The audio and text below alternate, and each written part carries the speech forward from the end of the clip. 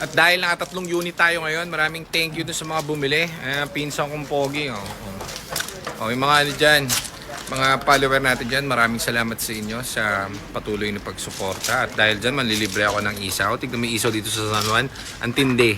So guys, dito sa San Juan, ang Diyos ng isaw. Kasi ibang klase yung tinda rito na isaw. Kasi malalaman mo yun sa suka pa lang. Ayan o.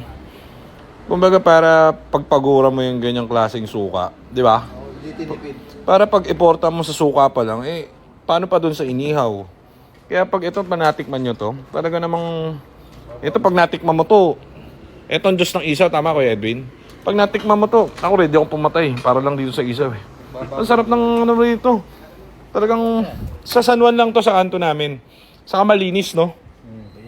Malinis ang nagluluto ron, so, kain tayo guys. Many thanks sa mga bumili sa amin ng unit, maraming salamat sa inyo. Lilibre ko muna itong mga tanong. Isaw, yan lang kaligayahan namin for this day.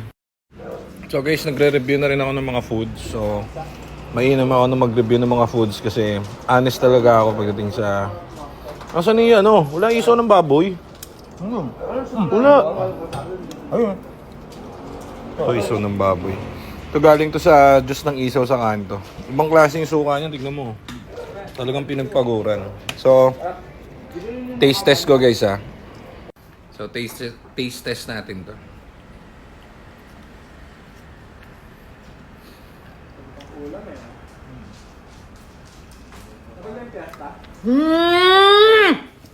Ang sarap!